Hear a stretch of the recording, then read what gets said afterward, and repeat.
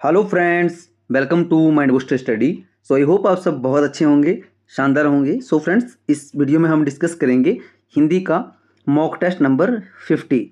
इससे पहले कि वीडियो स्टार्ट करें, जो भी नए स्टूडेंट हमारे साथ इस वीडियो में जुड़ चुके हैं, रिक्वेस्ट करूंगा please mind booster study channel को सब्सक्राइब कर लीजिएगा। साथ में बेल आइकन होगा, उसे जरूर प्रेस कीजिएगा ताकि इसी तरह की इन्फॉर्मेटिव वीडियोज़ आप तक सबसे पहले पहुँच सके।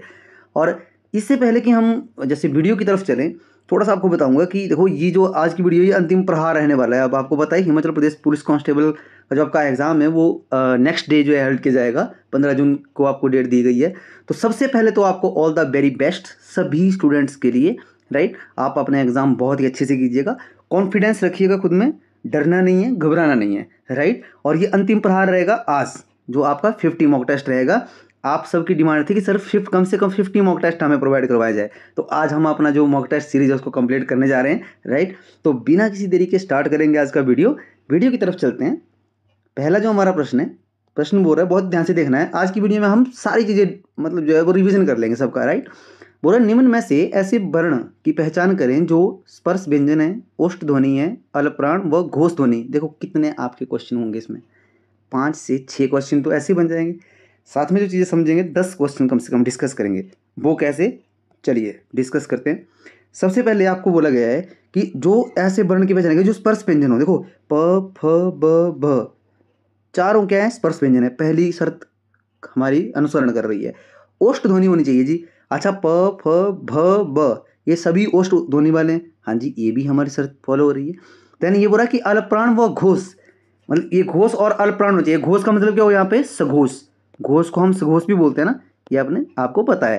देन देखो ये बोल रहा है कि अलप्राण भी होना चाहिए और क्या होना चाहिए, सघोष भी होना चाहिए। अब इससे हम ऐसा पता कर सकते हैं कि अलप्राण क्या होते हैं, सघोष क्या होते हैं।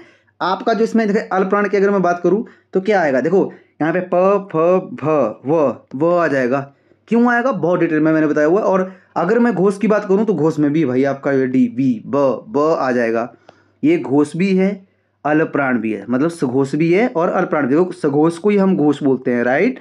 तो ये आपने समझना है। Correct answer option number B हो जाएगा। आई होप आपको ये समझ आएगा क्वेश्चन। देखो अलप्राण, उस घोषत्व के आधार पर अलप्राण, महाप्राण, ये सारी चीज़ें हमने जो वो डिस्कस कर ली है।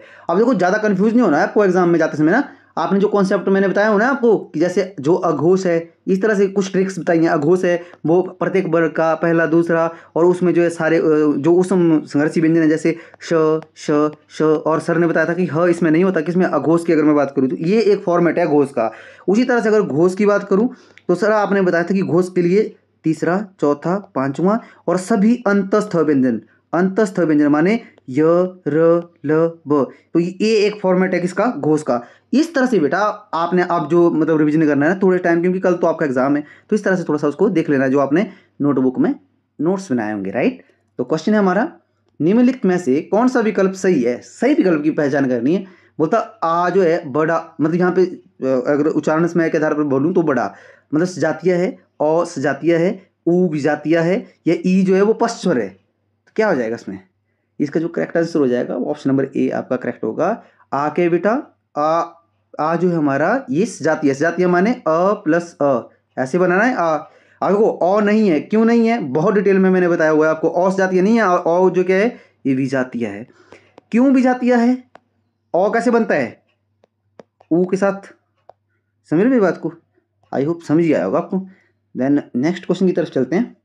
क्वेश्चन बोल रहा है उऋण का विलोम शब्द बताओ। मोस्ट रिपीटेड क्वेश्चन है। देखो ये जो मॉक टेस्ट है ये सारे मॉक टेस्ट में मैंने आपको जो है PYQ से जो है क्वेश्चन लिए हुए हैं, बट इस मॉक टेस्ट में जैसे जो हाल में ही अभी आपके कुछ एग्जाम हुए हैं कहीं भी, चाहे सेंटर का हो स्टेट का हो, राइट, तो उन सबसे क्वेश्चन लिए गए। तो ये वहाँ पे आया वो क्वेश्चन है, उऋण का विलोम क्या होगा, बढ़ोतरी, अऋण, ऋण या ब्याज। देखो इन दो ऑप्शन में जो है बच्चे मतलब जो कन्फ्यूज होते हैं, तो इसका करेक्ट आंसर क्या जाएगा, ऑप्शन नंबर सी इसका करेक्ट चला जाएगा। सी ऑप्शन इसका करेक्ट आंसर होगा, ऋण। ऋण का होगा क्या होगा बेटा, विलोम ऋण। आई होप समझे होंगे। नेक्स्ट क्वेश्चन की तरफ बढ़ते हैं। देखो अभी तक अगर आपने वीडियो को लाइक नहीं किया है, रिक्वेस्ट करूंगा प्लीज़ वीडियो को लाइक कीजिए। आपकी अटेंडेंस का पता चलता है हमें आपके लाइक से, और शेयर कीजिएगा अपने फ्रेंड्स के साथ में, उससे हमें मोटिवेशन मिलता है। तो आप हमें जितना मोटिवेशन देंगे उतना ज़्यादा आपको कंटेंट मिलता रहेगा, राइट। देन क्वेश्चन है किरण, बोल रहा है जो किरण शब्द है का पर्यायवाची शब्द है पहचानो। प्रकाश, अंशु, रश्मि, बी और सी दोनों। देखो बहुत ही ज़्यादा मतलब ये कंफ्यूजिंग अगर मैं बात करूं तो इसके जो वो दिए हुए ऑप्शन दिए गए हैं, मतलब बहुत सारे स्टूडेंट इसको गलत करके आते हैं। देखो करेक्ट आंसर क्या होगा इसका, ऑप्शन नंबर डी आपका करेक्ट हो जाएगा। अंशु और रश्मि, ये इसका करेक्ट आंसर होगा। अंशु और रश्मि क्या है, वो पर्यायवाची हैं किसके, किरण के। बेटा ध्यान रखना है अपने, किरण के। प्रकाश किरण का पर्यायवाची नहीं है, याद रखना। किरण और प्रकाश में बहुत ज्यादा अंतर है। किरण का मतलब जैसे मान लो सूर्य है, यहाँ पे सूर्य की एक किरण यहाँ पे पड़ी तो ये एक पर्टिकुलर किरण है। प्रकाश का मतलब क्या होगा कि सूर्य यहाँ पे है ना, जितनी भी लाइट हो रही है किसी भी तरफ को, ये किसी भी तरफ को जो लाइट हो रही है, ऐसे जो लाइट हो रही है वो सारा प्रकाश है। तो किरण और प्रकाश में डिफरेंस होता है। तो आपके बी और सी इसके करेक्ट होंगे। आशा करता हूँ समझ आया होगा। क्वेश्चन है शलाकिका, शलाकिका, शलाकिका, शलाकिका और मामिका, ये जो है किन शब्दों के उदाहरण है। एक अर्थी, विलोम, पर्यायवाची, तत्सम। देखो अगर आपको देखो अगर दो शब्दों का मतलब भी नहीं पता है तो एक का तो हो ही सकता है ना। देखो मामिका क्या होता है, मामिका बेटा एक तत्सम शब्द है। किसका, मामी का। मामी जी बोलते हैं ना, जो मामा की पत्नी होती हैं। मामा की जो पत्नी होगी वो क्या होंगी, मामी जी। तो ये जो मामी है ना, ये मामिका है। मतलब मामी जो है वो तद्भव शब्द है, तद्भव शब्द है। और मामिका क्या है बेटा, तत्सम शब्द है। क्या है मेरे बच्चे, तत्सम। तो ये हमारा ये भी तत्सम है। और देखो सलाकिका में कैसे बचाना, मैंने ये तत्सम ही होगा फिर, क्योंकि श लगा हुआ है ना बेटा, यहाँ पे श लगा हुआ है, स से स्टार्टिंग हो रही है, तो ये 100% क्या होगा, तत्सम होगा। तो इसमें सही आंसर क्या हो जाएगा, अब समझ चुके होंगे अब तक तो। ऑप्शन नंबर डी आपका करेक्ट आंसर हो जाएगा। तत्सम शब्द है दोनों ही। देखो ये कोई विलोम या पर्यायवाची या अर्थी नहीं थे। आशा करता हूँ समझ आया होगा। क्वेश्चन की तरफ चलते हैं। बोलता है निम्न में से अनेकार्थी शब्द समूह की पहचान करनी है। ये जो आपको ऑप्शन दिए गए हैं इनमें एक ऐसा शब्द समूह है, मतलब एक ऐसा विकल्प है जिसमें सभी जो शब्द है वो क्या है, अनेकार्थी शब्द है। देखो नाक, स्वर्ग, इज्जत, कान, कक्षा, श्रुति, शरीर, अवयव, अंश, इनमें से कोई नहीं। देखो इसका correct answer option number C आपका करेक्ट हो जाएगा। अगर आपको ध्यान हो ना तो ये जो अवयव मैंने यहाँ पे लिखा हुआ है अवयव, ये मैंने आपको करवाया था पिछले मॉक टेस्ट में। मैंने मतलब एक शरीर का लिया था ऐसे कि मैंने बताया था कि शरीर के साथ में जो है इसको जो अवयव है उसको हम शरीर का क्या मानते हैं बेटा, इसको हम अनेकार्थी रूप मानते हैं। और अंश, अंश तो आपको पता ही था। Correct answer option number C हो जाएगा। देन नेक्स्ट जो हमारा क्वेश्चन रहेगा, क्वेश्चन बोल रहा है निम्नलिखित में से कौन सा जोड़ा कपट कपाट को सही दर्शाता है। देखो हमेशा याद रखना, अगर आपका हिंदी का एग्जाम है और हिंदी में आपको 20 क्वेश्चन पूछे जाएंगे, 20 में से आपको एक से दो तो मरने दो, एक बोल रहा हूँ, एक क्वेश्चन आपको हमेशा हर एक पेपर में ऐसा मिलेगा जिसका ना तो कोई पैर होगा, ना कोई सर होगा, ना कोई पैर होगा, राइट। बट अगर आपने कॉन्सेप्ट अच्छे से पढ़े हुए हैं, देखो जो ये क्वेश्चन है ना इसी तरह से है कुछ, तो आपको उसमें हेल्प होती है अगर आपने अच्छे समझे हो। देखो निम्नलिखित में से कौन सा जोड़ा कपट कपाट का सही प्रदर्शित करता है। देखो कपट और कपाट का पहले आपको पता होना चाहिए कि इसका मतलब क्या है। अब देखो यहाँ पे ईर्ष्या दरवाजा, धोखा दरवाजा, धोखा दराज, ये इनमें से कोई नहीं। देखो कपट, कपट का मतलब छल कपट किसके मन में आ जाए तो वो धोखा ही बताता है ना वो, कि वो धोखा करेगा। मतलब जो छली आदमी होता है, कपटी जो आदमी होता है उसको हम बोलते हैं छली, मतलब वो धोखे वाला होता है। देन कपाट क्या होता है, कपाट हम बोलते हैं ना कि जो इस मंदिर के कपाट खुलने जा रहे हैं, आपने सुना होगा ना। तो जो कपाट होता है उसको दरवाजा बोलते हैं। तो ये जो ऐसे क्वेश्चन होते हैं ये आपकी शब्दावली के ऊपर डिपेंड करता है कि आपकी शब्दावली मतलब कितनी मजबूत है। तो आपने अब आप तक अभी तक समझ ही चुके होंगे। इसका करेक्ट आंसर जो जाएगा वो ऑप्शन नंबर सी इसका करेक्ट चला जाएगा। कपट को धोखे से लिया इसने और कपाट को इसने दरवाजे से लिया। ऑप्शन नंबर सी आपका करेक्ट आंसर हो जाएगा, राइट। नेक्स्ट जो हमारा क्वेश्चन रहेगा, क्वेश्चन बोल रहा है कोई भी शुरुआत नकल से नहीं करनी चाहिए। वाक्य में कोई शब्द, कोई, ये शब्द बोलते हैं ये जो कोई है सर्वनाम का कौन सा भेद है, निजवाचक, पुरुषवाचक, अनिश्चय, ये तो बिल्कुल आसान है। मैंने बताया था कि कोई भी शुरुआत, ये बोल रहा है कि पर्टिकुलर शुरुआत की बात नहीं कर रहा है, ये बोल रहा है कि कोई भी शुरुआत। तो कोई कुछ ये सारी चीज़ें अनिश्चित वाचक में जाएंगी। नेक्स्ट हमारा जो क्वेश्चन है, देखो मैं आपको एक और बात बता दूं, बहुत ही प्यारी बात बताने जा रहा हूँ, बहुत ध्यान से सुनिएगा। मैं बोल रहा हूँ कि आपको एग्ज़ाम में ना कंफ्यूज नहीं होना है। जो आपने अभी तक पढ़ रखा है ना बेटा, एग्ज़ाम आपको 100% आएगा। यहाँ पे जो आपने पढ़ रखा है मान लो 80% पढ़ा हुआ है। अब अगर आप यहाँ पे कंफ्यूज हो जाते हो ना तो आपकी जो परफॉर्मेंस है वो गिर के 40 हो जाएगी। और अगर आपने कॉन्फिडेंस यहाँ पे अपना हाई रखा, मतलब पीक टॉप जिसको मैं बोलूँ, यहाँ पे टॉप के ऊपर अगर अपना कॉन्फिडेंस रखा कि मैंने पढ़ा है भाई और मैं करूँगा, तो आपका जो परफॉर्मेंस होता है ना वो 80 से जो है वो 120 चला जाता है। ये मेरी बात याद रखिएगा। एक ऐसी बात बताइए मैंने आपको, अगर आपने कर ली ना, करके देखिएगा आप जब एग्जाम में जाओगे, तो आपने ये नहीं सोचना कि मुझे नहीं आता है, आपने ये सोचना कि जो आपने किया है, पढ़ा है, उसके ऊपर कॉन्फिडेंस रखना है, yes I can do, right. Then question की तरफ लौटते हैं। क्वेश्चन है, उस जगह ऐसे लोग हैं जो मुंह में राम राम और बगल में छुरी रखने का काम करते हैं। बोलता कोई जगह है, उसके बारे में बता रहा है कि उस जगह पे कोई ऐसे, मतलब कुछ ऐसे लोग हैं जो मुंह में तो राम राम बोलते हैं, पर बगल में, मतलब उनका जो आचरण है वो वैसा नहीं है, पर मुंह में सबके राम राम बोलते हैं वो। तो वाक्य में रेखांकित पद का कौन सा प्रसर्ग है? कर्ण, अधिकरण, अपदान या संप्रदान? ये तो बहुत ही आसान, इसका correct answer option number B हो जाएगा। अधिकरण का क्या मतलब हुआ? जो किसी जगह, स्थान, इन सब चीज़ों का बोध करवाए, तो क्या है? उस जगह, तो जगह है, ऑप्शन नंबर बी करेक्ट जाएगा। देन नेक्स्ट है, निम्न में से वह वाक्य पहचाने जिसमें क्रिया विशेषण का प्रयोग हुआ है। क्रिया विशेषण का देखना है भाई, किसमें हुआ है? वह सफेद घोड़ा घास चर रहा है, उनसे कहो ईर्ष्या अच्छी बात नहीं। ईर्ष्या माने जलन, राइट। देन मुझे पैदल नहीं चला जाता, मुझे पैदल नहीं चला जाता, ये तो वैसे ऐसे भी इनकरेक्ट है, यहाँ पे मुझसे होगा, मुझसे पैदल नहीं चला जाता। तुम जी जान लगाकर लिख रहे हो, अच्छा ठीक है, ये क्रिया विशेषण, फिर जी जान बोला ना इसने बेटा यहाँ पे कि तुम जी जान लगाकर लिख रहे हो, तो ऑप्शन नंबर डी करेक्ट हो जाएगा। अभी देखो ये मॉक टेस्ट है, आपको अभी तक आपने वैसे वाया नहीं किया होगा, तो बेटा अब मॉक टेस्ट खरीदने की कोई ज़रूरत भी नहीं है आपको कल आपका एग्जाम है। फिर भी अगर आपको लगता है ऐसे, तो आप व्हाट्सएप नंबर जो दिया गया उसके ऊपर कॉन्टैक्ट कर लीजिएगा। मैंने एक छोटी सी बात बताना चाहूँगा, मैंने ना, जो कुछ ऐसे स्टूडेंट थे जो ऐसा बोल रहे थे कि सर हम अवेल नहीं कर पाएंगे, तो बेटा उनके लिए मैंने स्पेशल रिक्वेस्ट की थी कर्ण सर ने, मैंने, राइट। तो आपकी उसकी जो है वो पिछले कल 12 बजे तक जो है आपको ऑफर रखा गया था। कुछ बच्चों ने तो वहाँ पे, जैसे मैंने ग्रुप में मैसेज भी डाला था, तो कुछ बच्चों ने उसके ऊपर रिएक्ट भी किए थे, राइट। तो देखो बेटा, आपके लिए हमें करना पड़ता है, समझ रहे हो, हम अपनी टीम से भी आपके लिए रिक्वेस्ट करनी पड़ती है, क्योंकि बहुत सारी चीज़ें होती हैं, हर एक बच्चा वहाँ पे अफोर्ड नहीं कर सकता है ना। तो बट कुछ बच्चे बीच में ऐसे होते हैं जो मतलब इन सब चीज़ों का जो मजाक उड़ा देते हैं, पर मैं उस चीज़ तरफ नहीं जाना चाहूँगा। क्वेश्चन की तरफ आते हैं। थोड़ा खुद पर ध्यान दो, देखो क्या बोल रहा है कि थोड़ा खुद पर ध्यान दो, दूसरों को हर बार कहना सही बात नहीं। वाक्य में रेखांकित पद विशेषण के किस भेद में आता है? विशेषण का कौन सा भेद है भाई? थोड़ा, रेखांकित पद है यहाँ पे थोड़ा। ओहो, ये तो सबसे इजी क्वेश्चन डाल दिया है, ये तो परिमाण ही बचाएगा ना, थोड़ा बोल रहा है तो ये परिमाण, थोड़ा, अधिक, ज्यादा, क्या करेगा? परिमाण बता रहा है ना, करेक्ट आंसर हो जाएगा।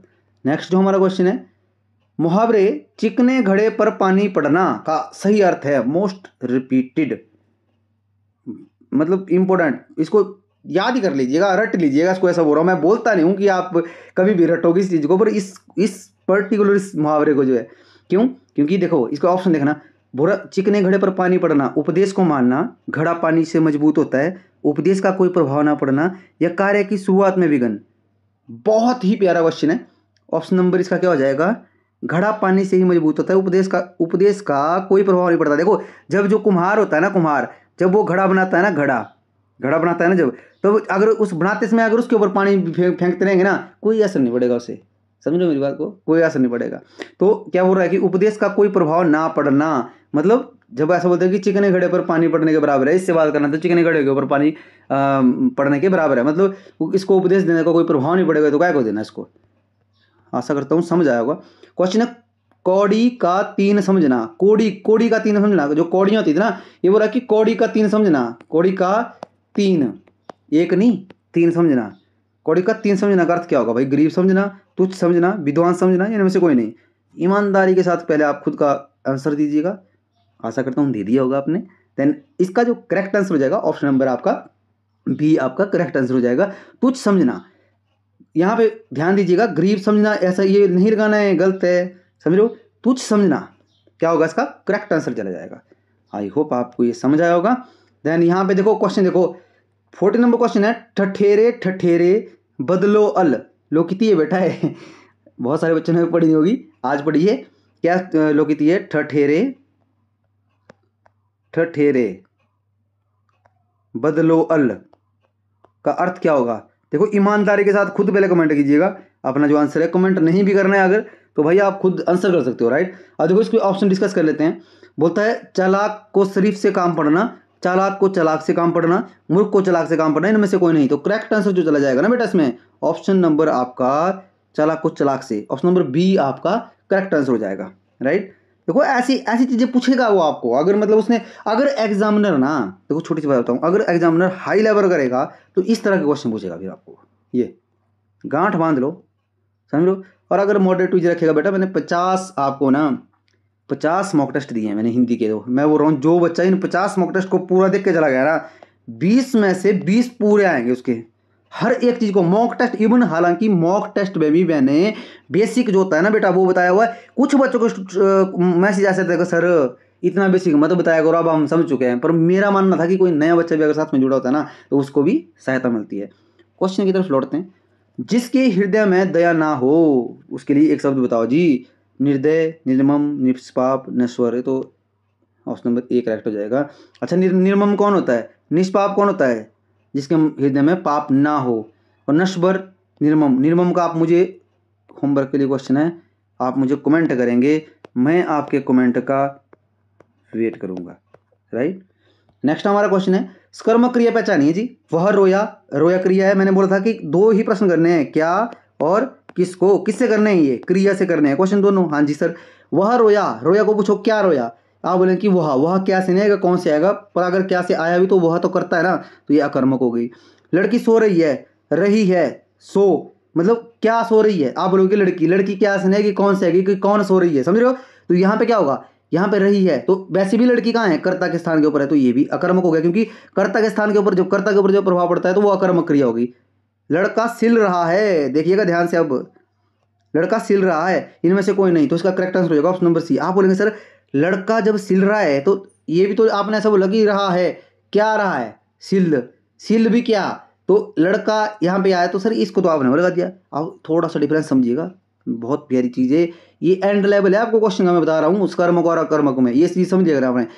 कई बार आपको ना वाक्य का भाव भी देखना है। जैसे ये बोला कि लड़की सो रही है, सोते कोई क्रिया कर रही है, वो सो रही है ना। अब ये बोला कि लड़का सिल रहा है, भाई सिल रहा है मतलब एक्टिविटी का मतलब क्रिया हो रही है, तो इसका करेक्ट आंसर हो जाएगा। नेक्स्ट क्वेश्चन हमारा, किसी वाक्य में कर्म कारक है, किस वाक्य में, किस वाक्य में कर्म कारक है, पहचानो। लड़का पत्थर फेंकता है, यही है भाई कर्म कारक, ऑप्शन नंबर ए। क्यों पत्थर क्या है यहाँ पे, देखो बहुत मैंने अच्छे से बताया हुआ है आपको। अगर फिर भी आपको कोई डाउट रहता है तो आप जो है बेसिक की वीडियो में जा सकते हैं। उस स्वर की पहचान करें जो प्रायः किसी के नाम पुकारने के लिए प्रयोग किए जाते हैं। अर्थ, समृद्ध, समृद्ध, प्लुप्त या इनमें से कोई। देखो मैंने जब आपको ना मैंने वर्णमाला की अगर मैं बात करूँ ना, और वर्णमाला में जब मैंने आपको स्वर का एक वीडियो दिया है ना, उसमें मैंने आपको बताया था कि बेटा देखो प्लुत स्वर जो होते हैं ना वो क्या होते हैं, वो आपके एग्जाम के पॉइंट ऑफ व्यू से इतने इंपॉर्टेंट नहीं होते हैं। इस तरह से क्वेश्चन बन जाता है। बट जैसे मैंने बोला था उस टाइम पे एग्जांपल दिया था मैंने कि राधा, जैसे मैं यहाँ पे किसका नाम है, जैसे मैं लूँगा मीरा, जब मैं मीरा का नाम हूँ कि मीरा, तो मी के बाद जो गैप बचता है बीच में वो प्लुत स्वर के उसमें काउंट आता है। ऑप्शन नंबर सी आपका सही हो जाएगा। नेक्स्ट जो हमारा क्वेश्चन है, निम्न में से तक के बिना, ये बोल रहा है कि एक शब्द है तक, एक शब्द है के बिना, बिना होगा, ठीक है। देन एक शब्द है भर, ये हो गया। बोलता अव्यय शब्दों का कौन सा प्रकार है, ये कौन से प्रकार हैं। अब अव्यय के मतलब जो अव्यय शब्द हैं किस भेद में आते हैं, यौगिक संबंधवाचक, मूल संबंधवाचक, समुच्चय बोधक, या कोई भी नहीं। Correct answer option number B हो जाएगा, मूल शब्द वाचक अव्यय। मूल शब्द वाचक अव्यय हैं कौन से, ये तक के बिना भर। देन नेक्स्ट जो हमारा क्वेश्चन होगा, क्वेश्चन है क्या राष्ट्र, राष्ट्र बोला इसने, क्या राष्ट्र एक अर्थी शब्द है, नहीं, हाँ, हर जगह नहीं, इनमें से कोई नहीं। ये है आपको होमवर्क के लिए आज का क्वेश्चन। और देखो वीडियो आपको अच्छा लगा होगा, आशा करता हूँ। अगर अच्छा लगा होगा तो प्लीज़ लाइक कीजिएगा, जितना हो सकता है अपने फ्रेंड के साथ शेयर कीजिएगा। और जिन स्टूडेंट ने अभी सब्सक्राइब नहीं किया है प्लीज़ रिक्वेस्ट कर रहा हूँ एक बार आप जिस चैनल के ऊपर जिस चैनल को जैसे सब्सक्राइब करें तो साथ में बेल आइकन को भी प्रेस करें, राइट। और इसके साथ में all the very best for your exam. मेरी तरफ से भी, माइंड बूस्टर स्टडी टीम की तरफ से, मेरी तरफ से, सबकी तरफ से आपको एग्ज़ाम के लिए जो है बेस्ट बेसिस, अपना जो कॉन्फिडेंस है उसको बरकरार रखिएगा। घबराना नहीं है, अच्छे से एग्ज़ाम देना है, ये सोच के जाना है कि जो आपने स्टडी करी है, आई नो कि आपने बहुत ज़्यादा मेहनत करी है, मुझे पता है इस बात का, आपने मेहनत करी है, आपको आपकी मेहनत का जो फल है वो 101% आपको जो है वो मिलेगा, राइट। और आज की वीडियो में इतना ही, मिलते हैं नेक्स्ट वीडियो में, तब तक आप अपना ध्यान रखिए, अच्छे से एग्जाम दीजिए, उसके बाद हम एनालिसिस करेंगे। Thank you so much, have a good day, thank you.